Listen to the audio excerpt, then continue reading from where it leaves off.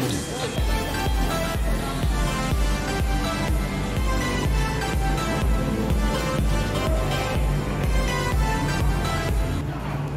guys, welcome back sa ating YouTube channel. Guys, ito na yung latest update natin sa mga model po ni Vivo.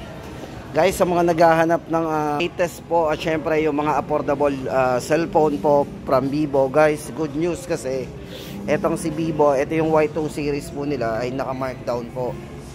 Yan, para doon sa Y02A. So 3GB RAM, 32GB. Guys, ito ay 3,999 na lang. Yan. At para naman doon sa Y02T, 4GB RAM 64 kung gusto natin ng mas malaki internal. So guys, ito ay 4,399 na lang. So dating 5,999. So yan, tamang-tama to sa mga naghahanap ng budget phone ngayong yan, sa mga nagpaplano pa lang bumili at mga gusto ng pangregalo na mura lang. So ito yung may re-refer natin sa inyo para kay Vivo Y02 series. Yan.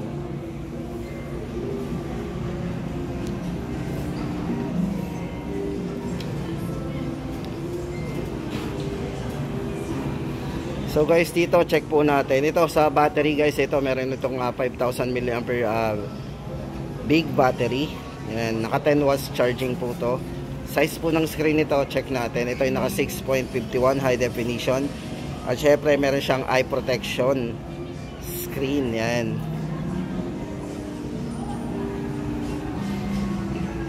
So yun guys, check natin yung likod nito. Napakaganda ng design nito. Sa murang halaga, sa halagang 3,999. Napakaganda ng kanyang design. Guys, ito ay merong anti-fingerprint dito sa likod. So yan, para mapanatili nating malinis. So wala siyang mga bakas dyan ng kamay pagka hinawakan natin to. So yan. Guys, ito yung latest update natin para kay Y02 series. Sa mga naghahanap ng budget phone ni Vivo. Yan. 3,999 at 4,399 para sa Y02T. Yan. So guys, ito naman ang latest update natin para sa mga nagtatanong po sa ating comment section kung magkano daw po si Vivo Y16. Guys, ito ang ating latest update para doon sa 4GB RAM. So extended RAM po ito, 4+4, 64 at saka yung 64 internal storage. Dating 7,999, ngayon po ay 6,499. So yan guys, sa mga nagtatanong at gusto pang humabol, yan, malapit na rin maubos to guys. Tapos doon naman sa isang variants nito na 4GB 128. Ayun, 8,999 before, ngayon po ay 7,499. So laki na ng discount natin. So check po natin yung kanyang mga highlights guys. Ito yan. So ito guys, for Vivo Y16, ito ay merong 8.19mm para sa kanyang ultra slim body. So size ng screen ito ay naka 6.51 inches na naka hollow full view display. Yan. And then naka USB Type-C na po yung kanyang charging port.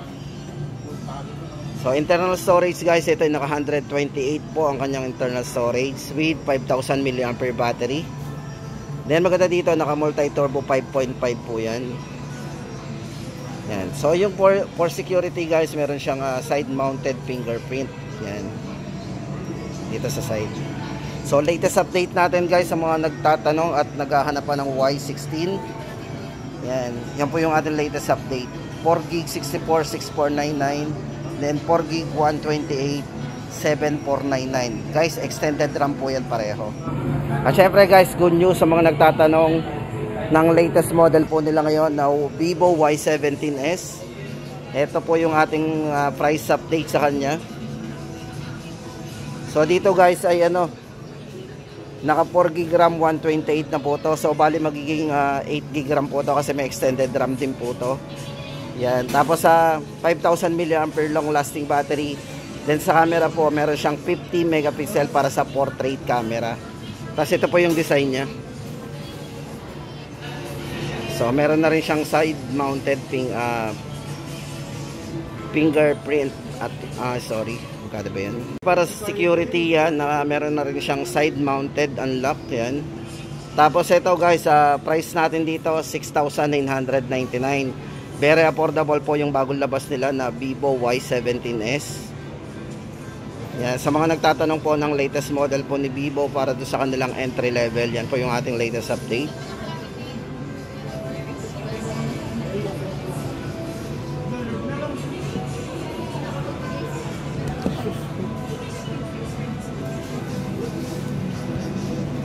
At ito naman guys ang ating latest update para kay Vivo Y27. Guys, unahin na natin ang price nito, 8,999 guys. To bago lang din to. So ito guys, check natin ito para sa kanyang charging capability. Ito ay naka 44 watts fast charging.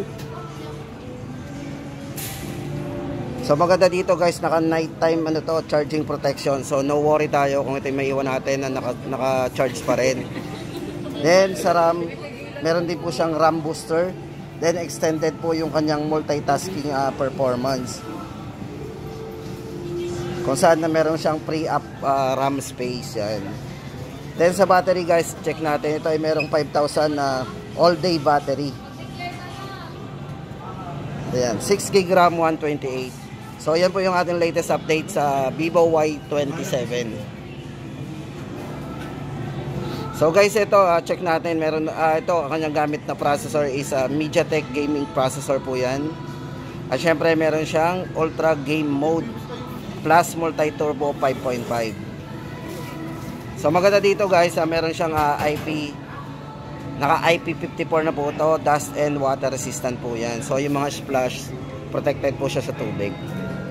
So yun ang ating update for Vivo Y27, 8,999. At ito naman po guys ang ating update para kay Vivo Y36. Guys, sa mga nagtatanong kung meron daw, kung magkano daw po yung Vivo Y36 na 5G edition. Guys, ito tama-tama sa mga nagtatanong, para doon sa 4G ito po ay 11,999 at para doon sa 5G 13,999. So yun guys, pareho pong available yon. So maganda dito guys, ito naka 256 na po yung internal storage nito. Then 44 watts fast charge na rin with 5,000 mAh battery. At kung camera naman po guys, pag-usapan natin, ito ay merong 50 megapixel super night algorithm. So tama-tama guys sa mga gamer, ito naka 240 Hz gaming touch sampling rate po yan with 90 Hz po yung kanyang refresh rate. Then sa chipset, ito yung naka 6 nanometer Snapdragon flagship processor. Yan, tama-tama guys sa mga gamer. Vivo Y36, dalawang variants po yung pagpipilian natin, 11,999 at 13,999 para sa 5G.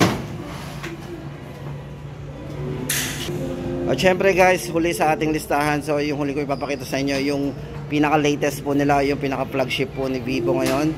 So ito yung Vivo V29 series 5G. Ito guys, for Vivo V29 5G, ito yung ating latest update. Dito guys, may dalawang variants tayong pagpipilian. Para doon sa 12 GB RAM 256, 24,999. At para naman doon, kung gusto natin ng mas malaki pa doon, 512 GB, at lang po kayo ng 2,000, 26,999. So check po muna natin yung design bago tayo pumunta doon sa kanyang mga specs and parameters. Ganda.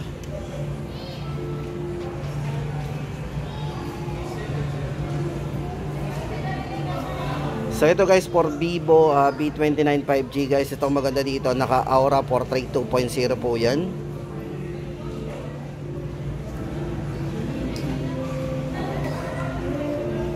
Then naka upgraded with night algorithm yan. Then maganda dito, naka 12 GB RAM plus 512 GB internal storage. Kung camera naman guys, meron siyang 50 megapixel autofocus para do sa mga mahilig mag selfie, yung group selfie. Then sa pa dito, kung vlogger ka, tama-tama ito sa inyo kasi meron siyang 4K resolution cinematic vlog mode. Then yung kanyang refresh rate sa screen guys, ito ay naka 120 Hz na po, napaka smooth yan pag ginagamit natin. Then maganda dito, naka 3D curve design po yan, so napakagandang hawakan.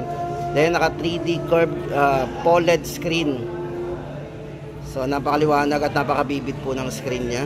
Then maganda dito guys, meron siyang ultra dual stabilization, meron siyang optical image stabilization, and syempre gumagamit din siya ng EIS o yung electronic image stabilization. So maganda dito, dalawa yung ginagamit niya, isang hardware and software. So maganda dito guys, meron siyang 80 watts fast charging. Naka 80 watts po tayo. Ayan. So yun guys ang ating latest update para dito kay Vivo V29 5G. Sa mga naghahanap po ng latest phone ni Vivo, ito na po yung pinakamagandang may offer natin sa inyo. Price update natin, ulitin natin, 24,999 sa 256 and 26,999 sa 512GB.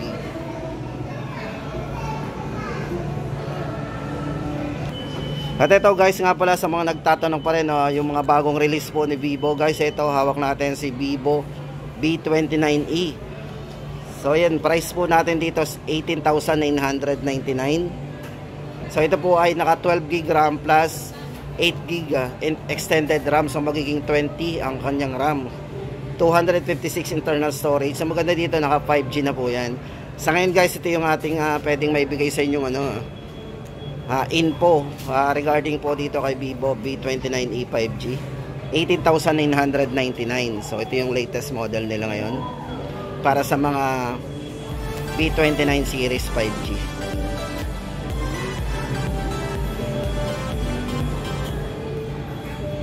So yun guys, dito nagtatapos ang ating update sa mga model po ni Vivo, especially ngayong October 8, 2023.